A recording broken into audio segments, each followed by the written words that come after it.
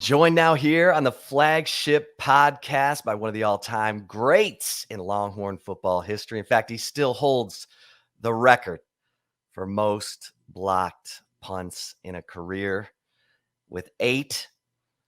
Pro Bowler for the Tennessee Titans and national champion on the 2005 Texas Longhorn football team, the one and only Michael Griffin. Griff, how are you doing? I'm doing good. How about yourself? Hey man, I'm happy to be alive. I Okay. mean, it's all good. And you know, I figured this would be a good time to bring on Michael Griffin because Texas is in the off week. They've just had a couple of games where they had a lead, double-digit lead on Oklahoma and Oklahoma State and came up short. But there are good things going on with the Longhorns too, and I think it's important that we talk about those things. But give me your impressions right now of this Longhorn football team and maybe what you like about it and what you don't like or needs work. I think you're still trying to figure out what's the identity of this team. Um, I think the emotions, when you look at them, how they play, and things are going great, they're, you see the emotions. They're excited.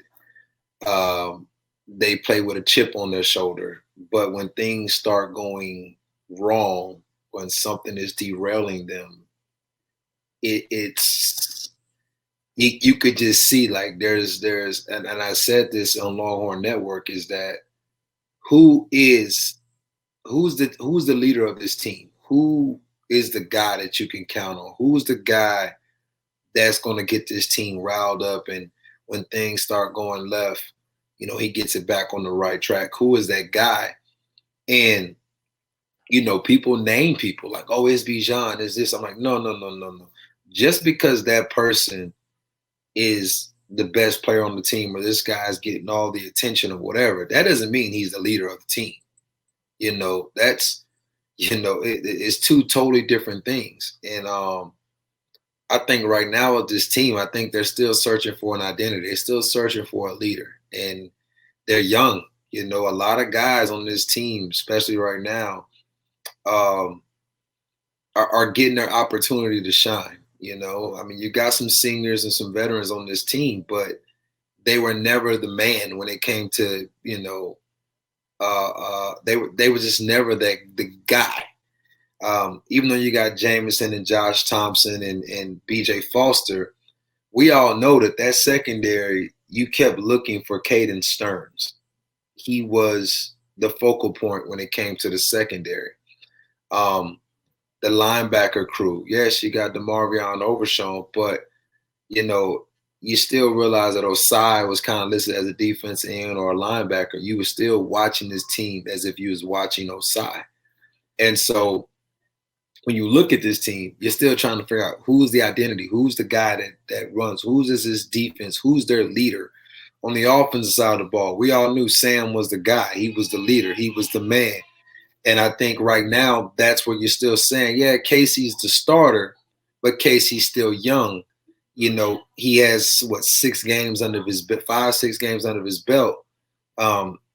Bijan, he still is young. He's a guy that's been on campus for not even a year and a half now. So, last year he got to get the start and we saw some great things. But again, who's the leader of the offense? And I think that's where this team is still trying to search for an identity. And I think that's what they're lacking right now because you just really don't know who this team is because there's nobody when you look at this team, you're like, that's the guy, that's the leader, and I think that's what it is. We're still searching for who this team is. Well, let's do a for example on that 2005 national championship team. I mean, there were so many alphas, so many dogs. As Vince Young said, USC doesn't have any idea how many guys we have who are gangsta. Who was the guy? Was it I mean, multiple? you could go back and And I'm sorry, this thing is doing all kinds of stuff. I don't know if you can still see me or not. I don't. Yeah. You can you still see me? Oh yeah. Oh, okay. Hold on. I'm sorry. A bunch of stuff just happened. Hold on. That beard's looking beautiful. I appreciate it, but my computer just went. Okay, there we go. We back. Just went blank and a whole bunch of stuff. But if you go back to that team, I would say that when you look on the offensive side of the ball, um, guys that got all the attention was definitely Vince Young. But when you look at that offensive line, a guy like Lyle Sinline, who was the center, he was the one that held that offensive line in place, and you seen he went on to the next level and had a great career. You even look at a guy like David Thomas, who wasn't very vocal, but you saw how he worked every day in practice. So you kind of looked up to him, you respected him. On the defense side of the ball, you knew Michael Huff knew what he was going to do. You look up in the front, Aaron Harris, despite the fact that he didn't have the luxurious career afterwards, but you knew that he was the leader when it came to that linebacker room. He was the guy. On that defensive line, you had a lot of guys. Tim Crowder might have been the guy, though. He didn't have all, yes, you had a Rod Wright in these guys, but Tim Crowder was the guy that got these guys in check, and he went on to still, he's working with kids now. He still has that mentality, that alpha mentality. So again, you had these guys that led by example. It wasn't the ones that was always in the glitz and the glamour and always on TV or doing the interviews, but these was the guys that in that locker room, in the weight room, on the practice field, even during the game, you knew that these guys were the guys that you could follow their lead and they were going to make a play. So I think right now, you look at this team right now, you're still searching for who is that guy.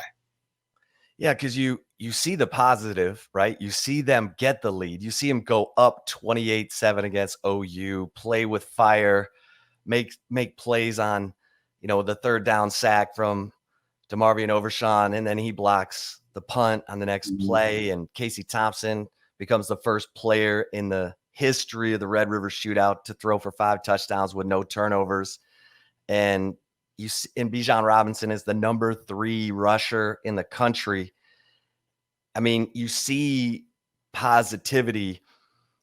Fans lose their minds because they think they're going to win the game. They're up by double digits, and then Texas loses the game, and fans want blood and everybody's head on a plate. But you have to look at the positives too, right?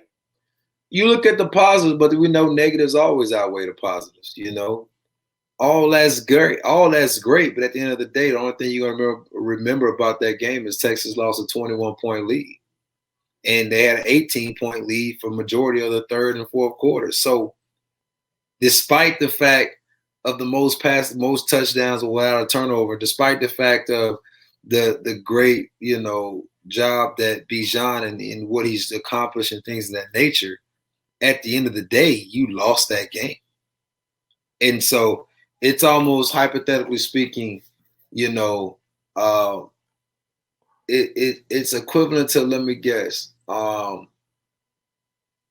I remember Adrian Peterson, his freshman year, he rushed for 200 yards. And our response was, well, y'all never scored. We kept y'all out the end zone. It was 12-0 in that game. But no one really cares because you're still going to see that they won the game and you're still looking at the fact that he rushed for 200 yards. But for us, we're like, you never scored. So you're never going to remember that he never scored. You just know that as a freshman, he came in this game and he rushed for 200 yards. And then that was kind of like the making of his career going forward. And like Mac Brown, you never recruited him, or you recruited him, but you didn't give him a fair shot. How did you miss out on this great running back? And that was all great and dandy. But then the next 2 years, we beat him twice. And if I'm not mistaken, I don't think he ever got an end zone versus Texas. I got to go back and look and take a glance at it. But I don't remember him ever scoring versus us. And he said he went to OU to win championships, and y'all won the national championship. Exactly. So, I mean, nothing against them, but I'm just saying you just don't, despite the fact of all these heroic record breaking things in that nature. But at the end of the day, it's a team sport, and if you don't have that W in the win column, that whole Right. stats don't matter. I mean, we have this conversation all the time, and it's Faster for losers, right? we have the conversation that Sam goes in the history books as one of the greatest quarterbacks of all time. And do you put him with the Colt McCoy or the Vince Young? And what I said was he never won a Big 12 championship. So how do you put him there? Right. So now you say this past week somebody said Casey is right there with the greats with his numbers and what he's doing and da da da. I said he hasn't won the Red River. He hasn't won the Red River shootout. How are we putting these guys in places where other guys have done it? And so that's where, again, it's a team sport and that's a team record. It doesn't matter what you did in the game. It all matters about wins and losses when it comes to playing this game. Michael, when you look at this team and you look at the playmakers, do you see the alphas coming? Like, I look at a guy like Byron Murphy, and I think every time I see him play, he gets push. And I'm thinking, man, you might need to play him more. You might need to go to a 4-down.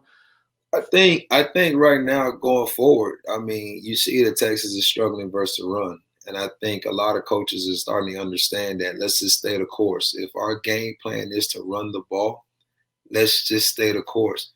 3 yards, 4 yards, 5 yards. That's all we need, just to keep driving the ball down the field, keeping Bijan off the field, and forcing the game in Casey Thompson's hands. And I think right now, I think the Texas the D coordinator is trying to figure out what personnel is going to work. He's always rotating guys in.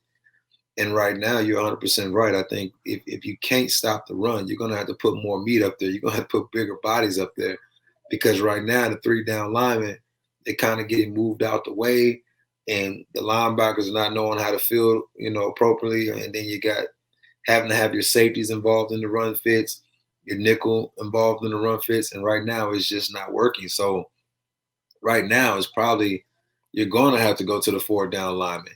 Maybe a 4-2 or something, but instead of having that guy off the ball, you're going to have to put more guys up front because going forward, you got Baylor coming up, you still got Kansas State, you still got West Virginia, you still got Iowa State. Like, it's on film. You can't stop the run. And with that being said, it will be crazy for me to see any team that comes in that says we're not going to try to run, we're going to try to throw, and it makes no sense because if you look at what Gundy did yesterday, he stayed the course. He never got away from running the ball, and that should tell you something that he knew. Eventually, we're going to break one, and that's just to me just tells you. Even when you look at what Oklahoma did, they stayed the course. And I look at Arkansas, everybody that's won has stayed the course. They never tried to get away from anything. I think if TCU would have stayed the course with Evans, I think they would have probably had some success. I mean, he had 100 and some yards rushing. He should have stayed the course, especially when Quentin Johnson got hurt. You should just stay the course. And I think we probably would be talking right now as a different team when it comes to being 4-3. We may be messing around being 3-4 right now. We'll take a quick break here on the Flagship podcast with Michael Griffin. And if you're watching us on the Horns 24/7 YouTube channel, we'll roll on.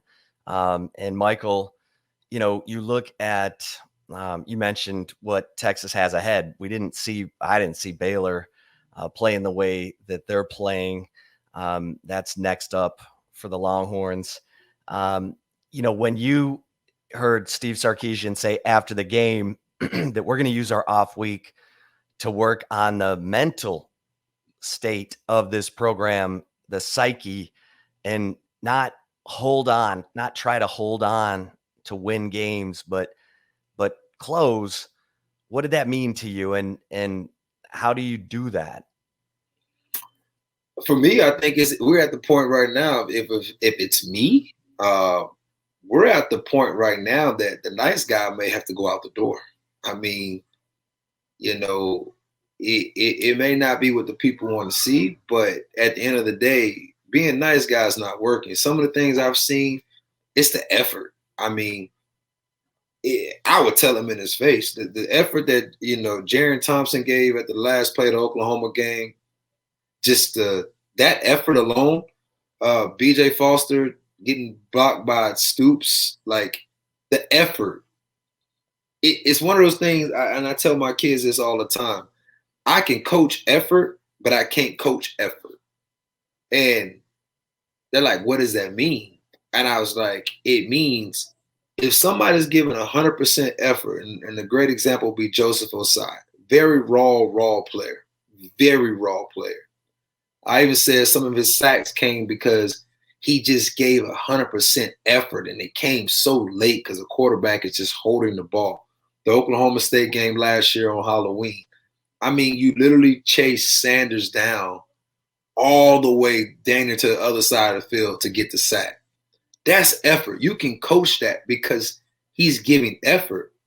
But I can't coach a player who has all the ability in the world to give effort. You have to want to do that yourself. No one can coach that. I can bring it to your attention that you're not giving no effort. But I can't coach. There's no drills. There's no nothing that I can do.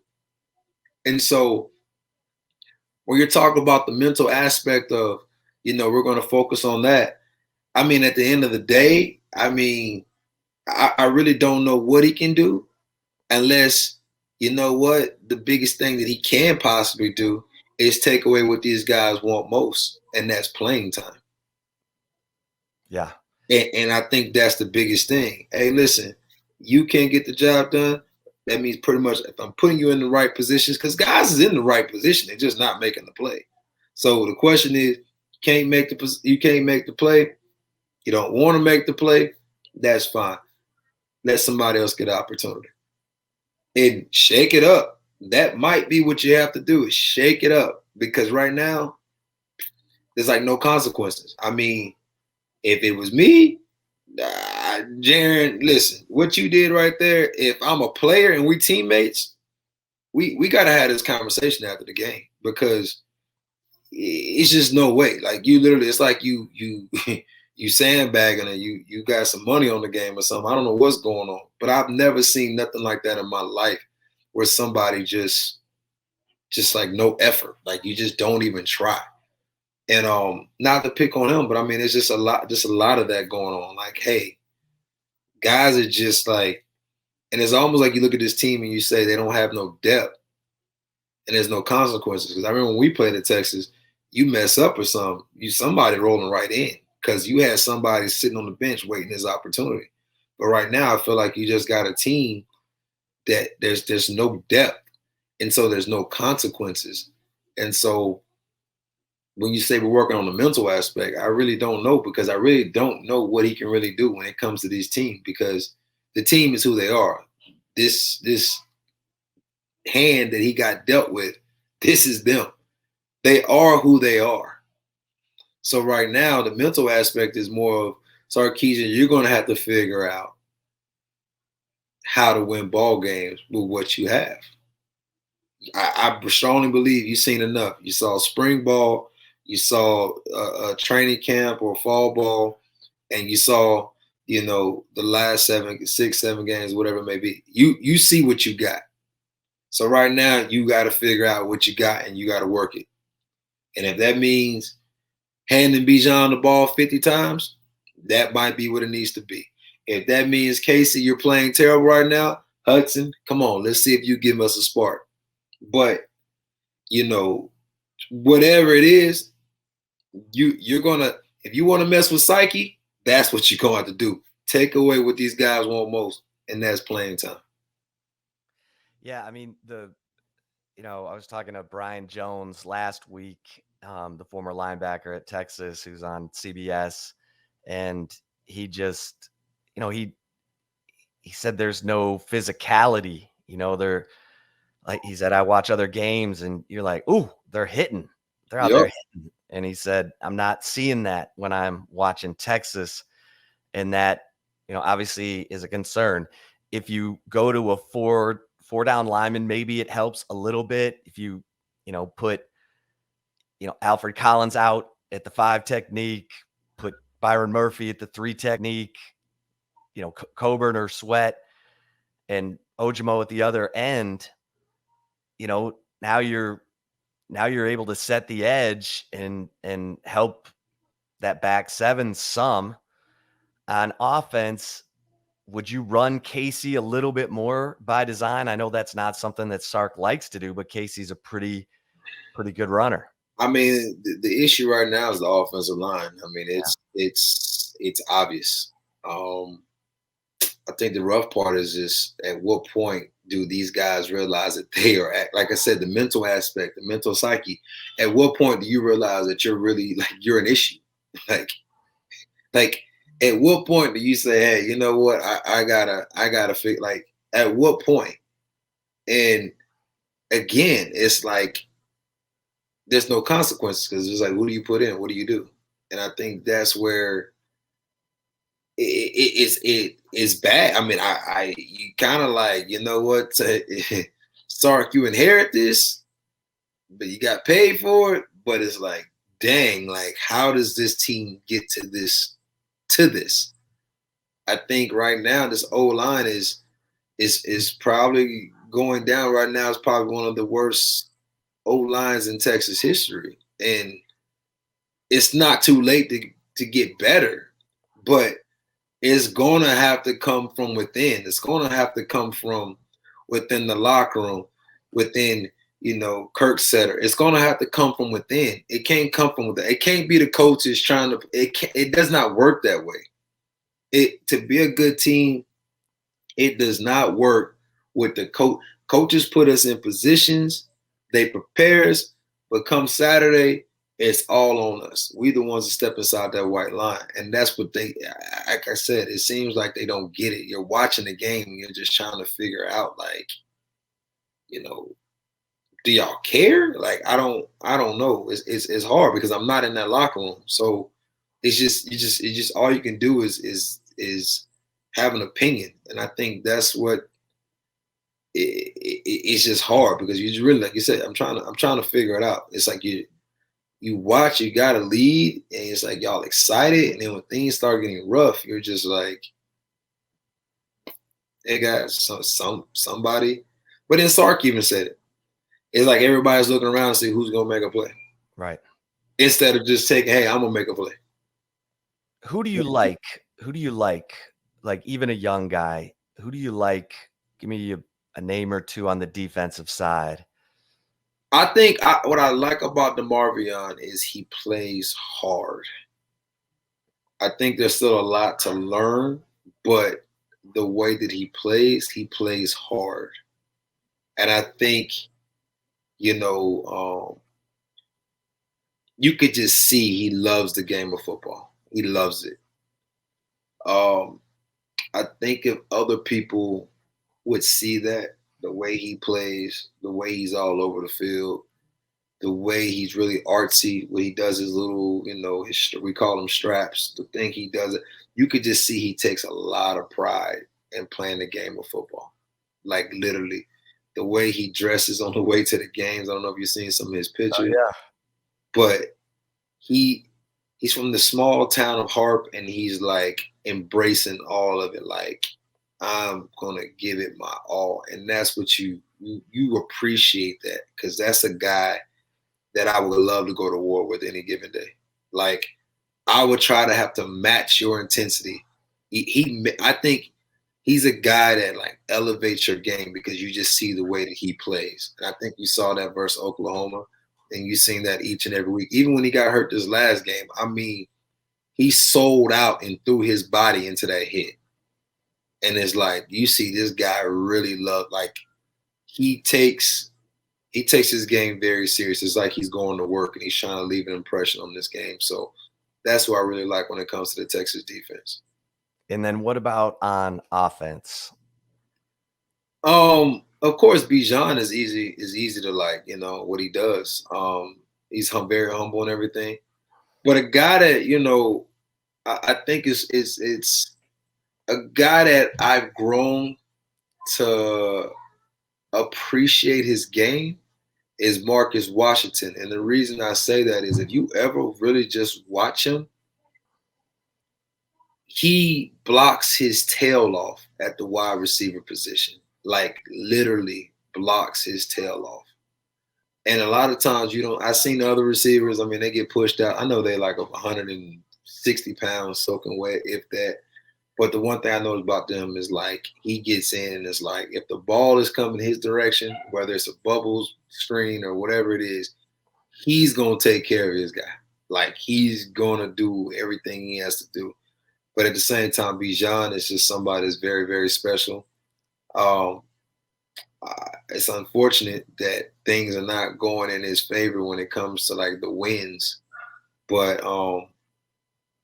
he's just a guy that you just see. He's quiet. He just plays. He plays hard. Despite any excuses that he can make, he'll never make an excuse. And that's what you grow to love. And he just continues to smile and just continues. He's a guy, you see why people love him and why he will go down as one of the Texas greats when it's all said and done. What do you think of Casey Thompson? I think Casey,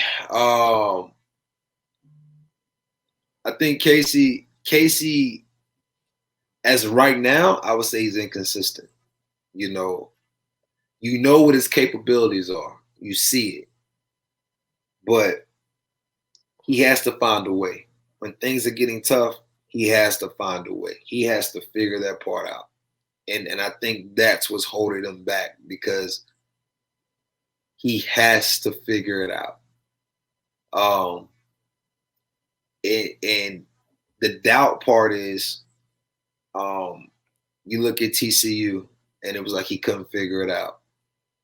You look at OU and he figured it out, but he didn't have no help when it came from the defense. But then you come back versus Oklahoma State and you couldn't figure it out. So when you go for those games, you go Rice, TCU. You go Texas Tech, TCU, Oklahoma State. You see what I mean? It's like, wow. Oh, wow. Oh. And so you're trying to fit, he's inconsistent. And I think that, but when it comes to it, and based off what we've seen from Hudson Card, you see he gives you the best opportunity to win ball games. But I think sometimes when he's getting a little, when he's off, maybe say, hey, listen, take a break. Things are going well. Take a series off. Get your head clear. Hudson, go in. Maybe we'll hand the ball off 3 dang plays in a row. Something. But even when he got banged up, Casey came out one play and came back in. I would say, no, Casey, relax. Relax. We still got a long game ahead of us.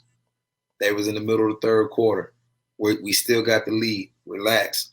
And I think sometimes I think he just tries hard. He goes from, relying on the preparation and what he knows, and then he starts trying to do more than just, hey, you just need to manage the game, or you got a good lead, play smart. But I think that's where, when I say inconsistent, is like rely on when your preparation. Don't start relying on the athleticism when you start trying to do too much. And I think that's where I see him at right now. And again, he's young. He's only played so many games. So it comes. We remember Sam early in his career, throw picks late at the game and stuff. Then all of a sudden, he's a guy that at the end of the day, you want him on your team because he's going to give you a shot. So he's still young. He has to start saying, listen, calm down. Somebody, or he needs to talk to somebody that, hey, listen, when you start seeing me get erratic and doing crazy things, talk to me. Give me. That's what I was going to ask you, Michael, because you're right. Casey's 6 games in as a starter, and he's number 7 nationally in pass efficiency, which is, you'll take that, but obviously the up and down nature, 6 starts in. Bijan is in his first season, really, first full season of starting. Xavier Worthy, true freshman. Jordan Whittington, for crying out loud, has missed a bunch of games because of injury. No one wants to hear that next year's the year, but do you see like seeds that can grow and blossom, or do you see they got to start over, or the players aren't even on campus yet? If we're talking about the Big 12, I would say, yeah, I can see that. If we're talking about the SEC, no. Mentally, they're not ready for that. They're not ready. And I say that to say because when they played Arkansas, I don't think they understood that what was at stake, what everybody was looking at, what it was. And I think they went into the OU game and everything. Because and I say this to say, yes, it's the game of football, things happen. But let's not act like the TCU game was a for sure, like Texas went there and just dominated them. Right. You know, let's not say with Texas Tech, you know, the starter didn't get knocked out quick. You know, let's not say the TCU game, if it wasn't for TCU mishaps, Texas, and even when you go back to the Oklahoma game, let's just not act like Texas went out there and just dominated them. Well, they did. Well, Spencer Rattler was in there, and then Caleb Williams, you a lot like VY all of a sudden. First play of the game, fluke, screen pass, touchdown. Come back. And Marcus Washington with the block that sprung the play. Yes. Next 3 plays later, 3 and out, block punt, touchdown 2 plays later. 14-0 with 2 minutes left in the game.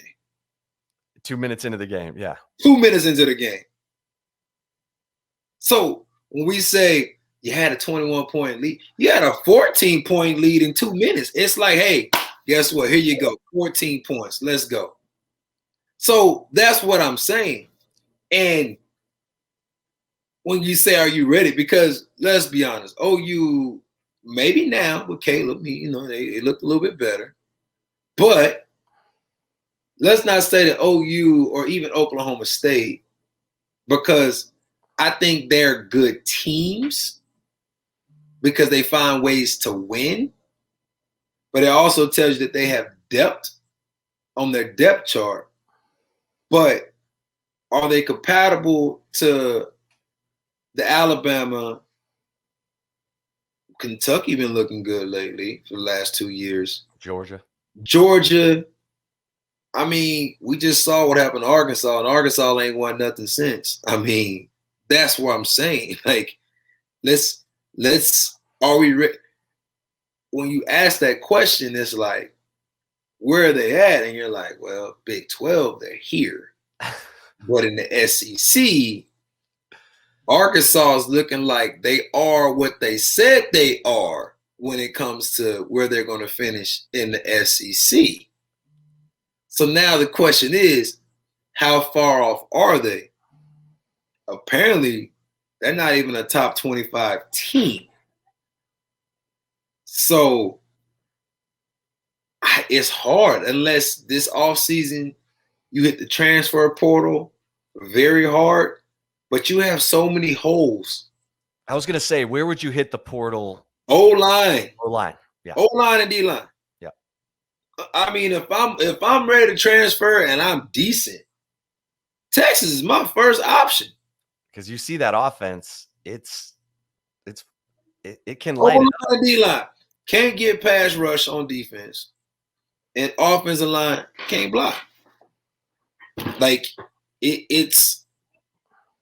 I mean, just turn the film on. You're just sitting there like, what is going on? Like, they just let guys. That Arkansas game really solidified everything. You just letting guys just run straight. Just go straight to the running back. Go straight to the quarterback. Just go. Like, there's no way. Like, I'm an offensive line. I'm supposed to block anything that comes through the line. It's one thing if I got the wrong block, but when I just don't block anybody, that's just bad. And so penalties. I mean, it's terrible. I've never seen nothing. I hadn't even seen Little League. I watched my son's 8th grade team. They probably can't block, but at least they trying to. But just allowing people just to run straight in, I don't even understand that to save my life. All right, so if you had to guess what Texas's final record ends up being, 4-3 right now, 2-1 in the Big 12. That's the thing. They can run the table, but they showed that they could have ran the table, and that's the thing. It goes back to the psyche. The question is, can you finish? So again, and it sucks now because you had an opportunity to control your destiny. You controlled it for the last 2 weeks. Now you go to playing the what if and, hoping and praying. And and that's why we talk about let's work on the psyche.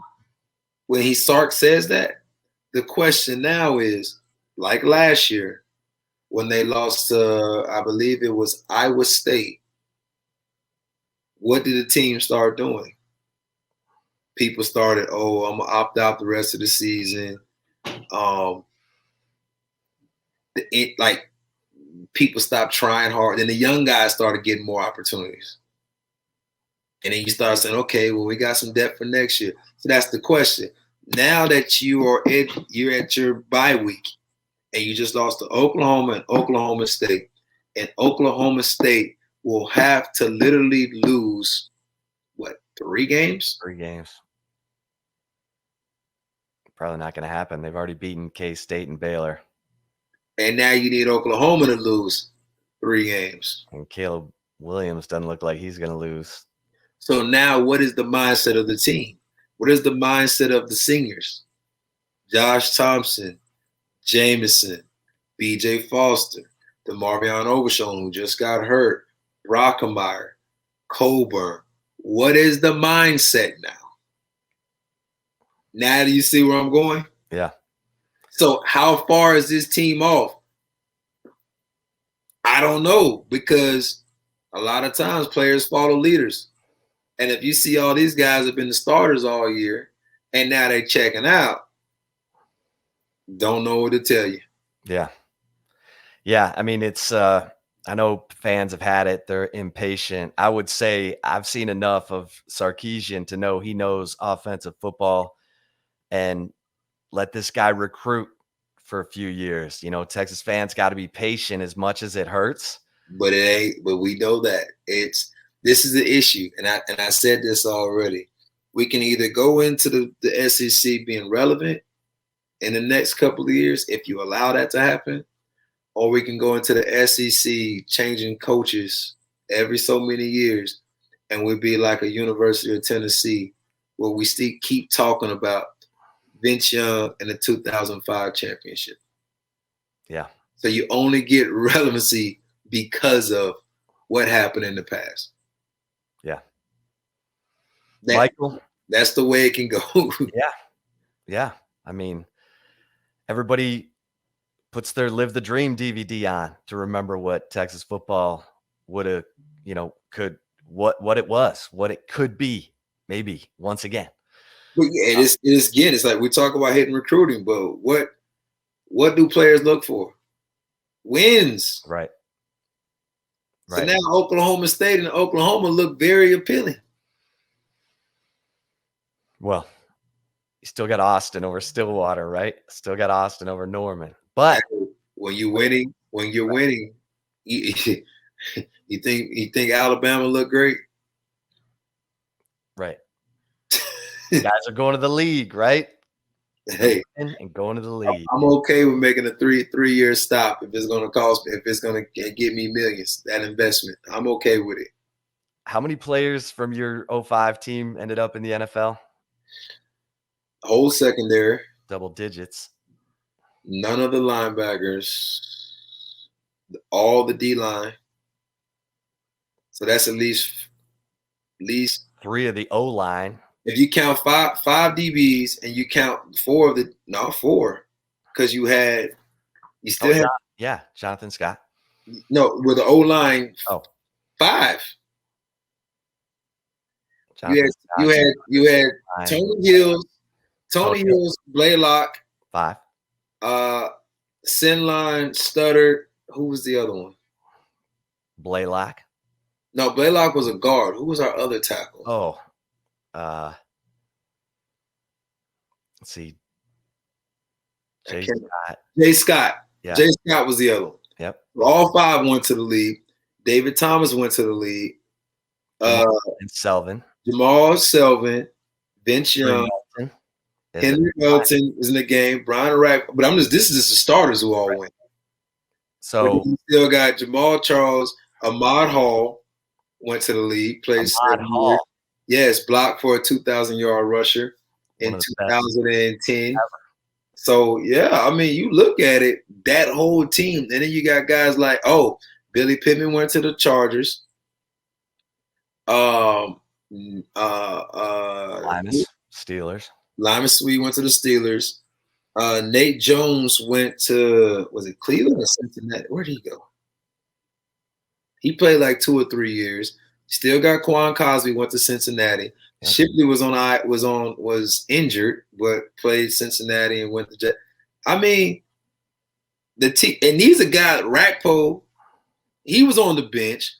Roy Miller was on the bench. Brandon Foster, Roy Miller was rotating in.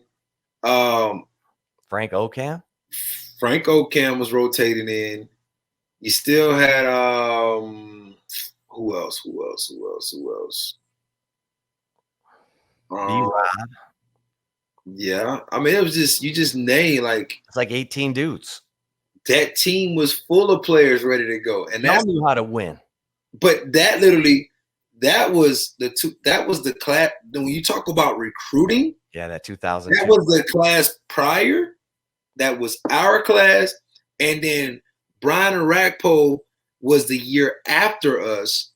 But then Jamal Charles was the year after that. And that was how that's what we're talking about. That's recruiting. Not recruiting stars, but recruiting players. Like I look, my whole defensive back room, you had like, I was a running back coming out. My brother was a quarterback. Cedric Griffin was a wide receiver. Terrell Brown was a running back. Aaron Ross was a wide receiver and a corner. And Huff couldn't even bench 185. But that was our room. But when it came to being athletes, going to Gregory Gym and going to go play open court, like it was a dunk contest. Like people used to come watch us just come play. And now you look at it like, I seen some of the old videos they used to play last year with Tom Herman and them. And like, these dudes can't even swing a baseball bat. Like, what is going on? You see Herman try to do that virtual Mike Tyson thing? Man, that's what I'm saying. It was like athletes. It was different. It was so different. And now when I look at guys, I'm like, these guys are maxed out. Like, you could put them in the right position, but you're just hoping and praying they can just make a play because they're maxed out. Like, so when it comes to recruiting, it ain't going to be like, go after this guy who's the 5-star. It's going to be like, hey, listen, this guy is a great athlete. He can ball. I don't know where we're going to put him at, but we're going to find him somewhere to get him on the field and watch him excel.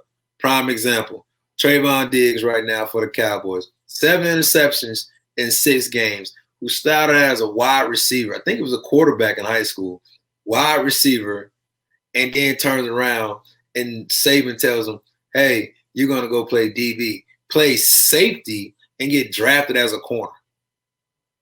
7 picks later, touchdown tonight, win the game versus the Patriots in overtime. Was it a bad decision? Yeah. And so that's recruiting. Athletes that can just, hey, listen, great guy. Even my class, we had a guy, Eric Foreman, quarterback, 6'4", 235, started at outside linebacker. But he was a quarterback. Yeah, Malcolm Rodriguez for Oak State was a quarterback in high school. Now he's Athlete. And again, sometimes quarterbacks are the smartest players because they understand. What he did to Casey, I was like, ooh, he put the helmet in his chest, landed right on his. But yeah, it's just one of those things where they got to recruit. If you want to get there quick, next 2 years, you're gonna have to hit it. Like you're gonna have to hit it hard and hit it right, and be at least 85 to 90% right on every player you get. You're not gonna be able to, you know, you look at the Caden Stearns class and you have the top three safeties, and BJ Foster is really not. Look, Caden Stearns and BJ Foster are on like two different levels. And then the Marvion, who's supposed to be a safety, in order to allow him to get on the field, you had to move him to another position, which was great for him to get on the field. But you can't miss. You're gonna have to. The Owens, who you go get a track guy, you can't miss on those guys. You can't. It can't be like he just can't play. Like you can't miss. And I think that's where they're at right. Well, in the past is you missed on a Marcus Washington was supposed to be this all-world wide receiver, and you're still trying to find that guy. Joshua Moore, he showed glimpses, but he's not being consistent, and that's what it is. You're gonna have to find the Xavier Worthies that can come in right away and play. But if I have to say, hey, you're gonna have to red shirt because I got all these guys that are listen, you gotta wait your turn. But right now, the guys that you bring in now are gonna have to be ready to play right now. Right away, right now. And I think when you say how quickly can they be ready, the guys you get got to be ready right now. Have to. Literally. It don't matter how big they are. They just got to be ready to play some football. And that's it. Well, they got 2 weeks to kind of get themselves together, get DeMarvion back from that concussion. They're not going to get Jordan Whittington back until maybe the bowl game. And they had a whole bunch of recruits in here this past weekend. And now they got to hope that they can see where Sark is trying to take this thing. Because I said coming into the year, just hope for a Mac Brown type of first year. You know, have a signature win somewhere. His was Nebraska. Ricky was a Heisman winner. You know, who knows with Bijan, it's gonna be tough. But Ricky was a Heisman winner on a 9-3 team. And then see the building blocks and see if recruiting starts to stack. Because Mac didn't win a conference championship until year 8. And that was your national championship year. Yeah. And I don't know, patience is not there anymore, but this program's got to learn how to win again and then make winning a habit, because OU and Oak State have been winning. But to Mac's defense though, you still had guys going into the lead though. Yep. You was putting them in. Yep. Every year you knew you had a shot. Every year. And I think that's where, you know, the losses in the past, if you go back to Herman, the TCU losses, you go back to the Iowa State losses, like those things right there, it can't happen. Right. It can't. Right. The Oklahoma State losses. And not to mention now is because back then it was North and South. So you had to win the South to play the North to end the playing it. Now you can lose to somebody and play them again. Right. So it's easier. Right. So, but you can't lose to Oklahoma State. You can't lose 2 back-to-back losses. You can't go over to Baylor. It just, you can't do that. Yeah. And I think that's where why, and then at the same time, you got to show that I'm making progress. And making progress is I got guys getting drafted and I'm bringing attention to the university. When it comes to draft night, when people turn on the TV and they turn on the NFL and they see players that went to the University of Texas, that's showing progress. But when you don't have those things, It's It's a tough again, it turns into, University of Tennessee is like every couple of years it's a revolving door. yeah. I can't even name one player right now in the league from the University of Tennessee. Wow. Yeah. That's a great point. Michael, you're the man. I love talking ball with you. You're one of my all-time favorites. I still say you're probably the Texas defensive player of the decade from the first 10 years of the 2000s. With everything that you did, despite all those other, dudes, whatever, Rack. I love Rack, but my man Griff was the last line of defense and would knock you out. I So tell them all the time. If it wasn't me, it wouldn't have been them. exactly. Nah, I joke. How's how's the businesses going? Business is going good. Actually, everything's we're blessed, man. It's all of us guys from that team. We all still stay in close contact. Everybody's doing. Jamal Charles got inducted last year to the Texas Ring of Honor, which is a blessing and it's a great honor and great accomplishment for 2020. David Thomas got in there. Jordan Shipley got in there, where they all well deserving. Again, the thing is that you despite everything that I said, you want to see these guys succeed. You want to see those guys right there where we all been. Because at the end of the day, if you do 3/4 of some of the things that we did, I promise you you had an opportunity at the next level, and life would be really easy. I mean, really, it's yes, it's hard work, it's dedication, it's sacrifice, it's a mindset, but the reward is so much greater on the other end. It's Well, why don't you call Sark and get in there this off week and talk to some of these dudes? Man, listen, I go to practice and I talk reckless to him because I told him, like, if it was me on some of these things that be going on, if I was a coach, I'd have lost my job because it's a livelihood. Like these coaches, you think about it. I was telling Rack about this the other day. I said, man, after that OU game, I would have lost my job. Like I would have grabbed a kid. Like I really would have, because I would have asked, are you like, if none of y'all are going to do it, I'm about to show you a prime example of how y'all should take care of this. And I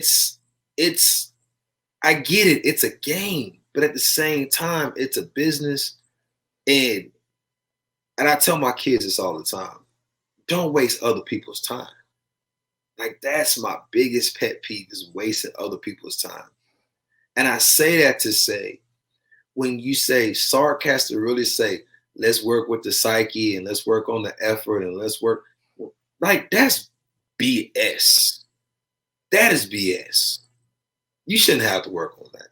It's a blend. Like I just really got on the field for the first time and watched the UT club and everybody having a great time and watching the game. And I was like, if I played on that field, there's no telling what I would have did. Blocked a punt, I would have ran into the club, told somebody, hand me a drink or some popcorn. I would have acted a fool in that stadium. Like that is a blessing to be able to walk out there on that field and play in front of hundreds of thousands. And I mean, literally, you're like the pro team of Austin, Texas. And it's like, I don't know if it's this new era, what it is. I don't know what it is, but right now it's just, that's the culture right now. That's the culture. And I think that's the main thing with Sark. You're going to have to change that culture. Yeah. Everybody's complacent. Everybody's just comfortable. You're going to have to shake that up. Like, I get it. He's a great guy. Don't get me wrong. Sark's a great guy. Like, very genuine. You love him. But it's almost like they love you too much, they take your kindness for weakness. Yeah. And that's why I say it's like frustrating, because it's like, if I was a coach, like some of them things that is going on, it's like, yo, I get, one mistake, two, but if we constantly seeing this on film each and every day, like, hey, I got to tell you the truth. I got to, because that's how we used to play. Coaches tell us the truth. So we had to have thick skin. But I appreciate that. Because if you can't tell me the truth as my coach, how am I supposed to respect you if you can't be honest with me? And I think that's just, again, it's a lot when it comes to this team. I think the coaches is trying to figure out these players, and the players is like, it's kind of like they're kids, so they're trying to figure out How far? how much, how much how much the least you gonna give me, like how much you gonna allow me to do it. And I think right now it's time to, like, hey, I gotta pull up on that leash, that collar, and get them in check. Like, yo, this is because literally you didn't move to Austin, probably bought a house, family and everything is here. And just like that, things go wrong. Everybody want my head gone, want me fired. Now I gotta go find a new job and gotta move again. Got family, kids, and all that. Nah, it'd be a different ball game in that locker room. Yeah. Couldn't do it. Michael, appreciate you so much, man. Continued success. Be blessed. And thanks so much for joining us here on the Flagship podcast. Always enjoy the conversation. Appreciate you. Thank you.